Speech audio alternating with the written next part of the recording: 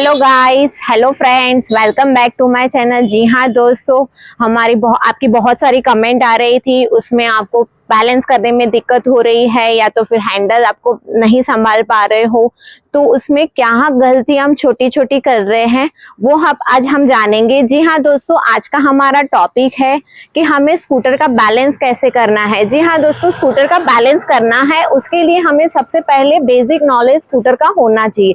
उसके लिए भी मैंने वीडियो बनाया है, हमारी चैनल पर आप देखोगे, वहां से आपको बेसिक पार्ट्स कैसे हमें बैलेंस स्टार्ट करना है स्कूटर, उसके लिए मैंने वीडियो आपको लिंक शेयर कर दूंगी, तो वहां से आप जाके देख सकते हो। अभी मैं स्कूटर का स्टार्ट करने के पहले आपको बताऊंगी कि 5 पॉइंट हमें ध्यान में रखना है। सबसे पहले जब हम स्कूटर पर बैठते हैं तो क्या होता है कि जब भी हम स्कूटर पर बैठते हैं तो हमें पता नहीं होता है कि कैसे बैठना होता है। जैसे हम चेयर पर बैठते हैं वैसे ही इसमें बैठे नहीं रहना है। सारा बैलेंस, जहां देखो अभी मैं खड़ी हूं तो मेरा गाड़ी पूरा एक साइड झुक जा रहा है, तो सबसे पहले हमें सीट पर ऐसे बैठे रहना है। स्टीयरिंग, इंजन लॉक बंद रहता है तब तक गाड़ी आगे नहीं जाता है। तो अभी सबसे पहले मैं सीट पे अच्छे से बैठ गई हूँ, उसके बाद मैंने इंजन लॉक ओपन करके स्कूटर को स्टार्ट कर दिया।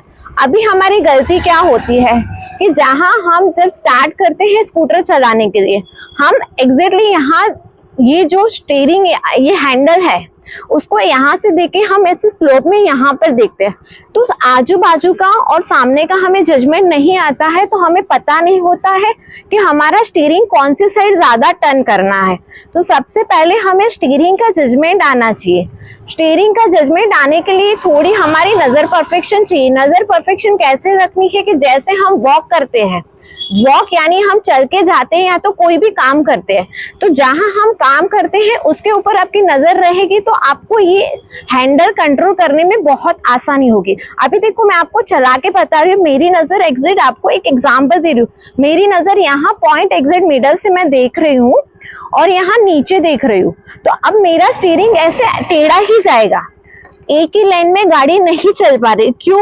क्योंकि मैंने इसको देखा है और यहाँ नजदीक दे रही हूँ, तो मैं एग्जैक्टली ऐसे टेढ़ी हो गई हूँ।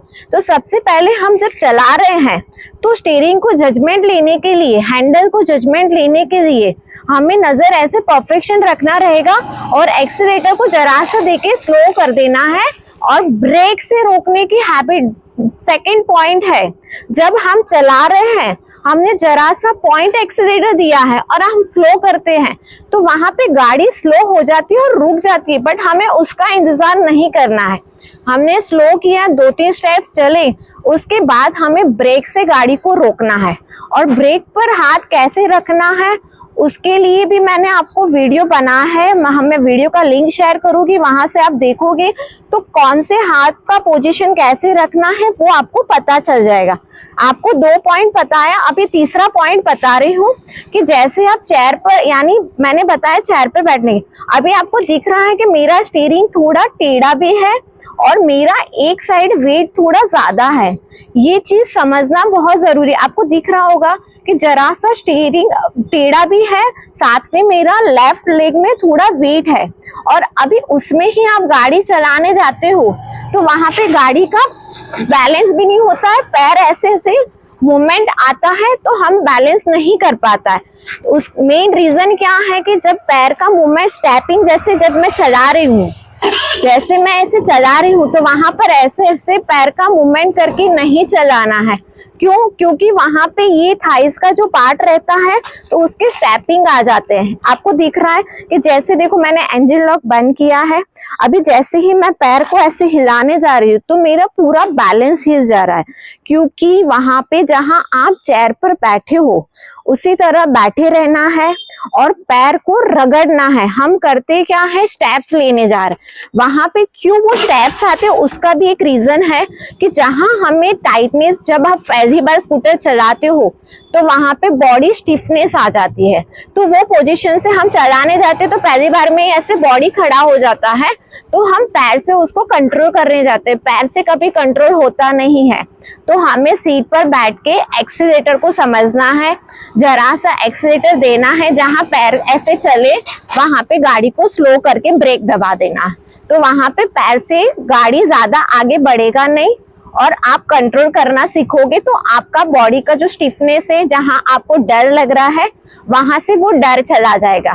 फोर्थ पॉइंट है कि जब हम गाड़ी चला रहे हैं तो जब हम थोड़ा सा चलाते, जैसे यहाँ पैर से ऐसे मैं चला रही हूँ तो मेरा बॉडी सीट से खड़ा हो रहा है और जहां हम बैठे हैं सीट से तो वहां पे गाड़ी से हमारा सीट से बॉडी थोड़ा आगे आ जाता है, तो ऐसा लगता है हमें गाड़ी भारी लग रहा है। तो वो पोजीशन में ब्रेक ज्यादा हमें स्ट्रॉन्ग करना है।